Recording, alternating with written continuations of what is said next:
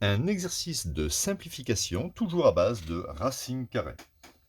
Il faut simplifier au maximum l'expression 6 racines de 45 multiplié par racine de 21 divisé par racine de 27 fois racine de 15.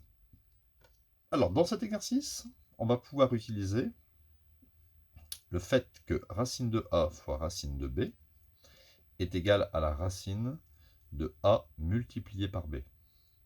Bien sûr, il faut que a ici soit positif, et il faut que b soit positif, d'accord, ça n'existe pas racine de moins 4.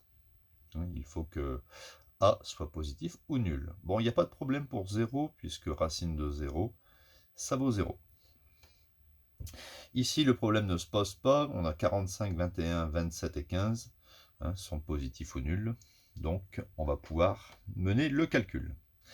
Alors, il faut ici éviter de faire racine de 45 fois 21. Vous voyez, c'est pas faux d'écrire que c'est égal à racine de 45 fois 21. Mais ça génère ici des multiplications qui vont être trop importantes. On va préférer ici décomposer. Alors regardez comment ça marche. Donc 45, je vais trouver une multiplication. Donc je sais que c'est 9 fois 5. Déjà, on va déjà écrire ça. 21, on sait que c'est 3 fois 7. Il faut bien connaître ces tables. 27, c'est 9 fois 3. Et 15, c'est 3 fois 5. Ainsi, on va pouvoir maintenant utiliser cette formule à l'envers. Racine de 9 fois 5, ça va faire racine de 9 fois racine de 5. Multiplié par racine de 3 fois 7, ça fait racine de 3 fois racine de 7. Au dénominateur, racine de 9 fois 3, ça va faire racine de 9 fois racine de 3. Ici, il y a un multiplié. Bon, ici, vous voyez, il n'y a rien, mais en fait, c'est un multiplié. Et racine de 3 fois 5, c'est racine de 3 fois racine de 5. À ce moment-là, on peut simplifier racine de 3 avec racine de 3.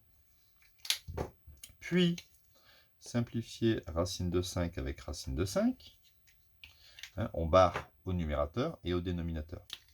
On peut simplifier racine de 9 avec racine de 9. Et il me reste, 6 racine de 7 sur racine de 3. Ou bien, je peux éventuellement écrire différemment, 6 racine de 7 tiers. D'accord? Parce que vous devez savoir aussi que racine de a sur b est égale à racine de a sur racine de b. D'accord? Racine de a sur racine de b égale racine de a sur b. Bien sûr, ici, il ne faut pas que b soit égal à 0, parce qu'on a un quotient.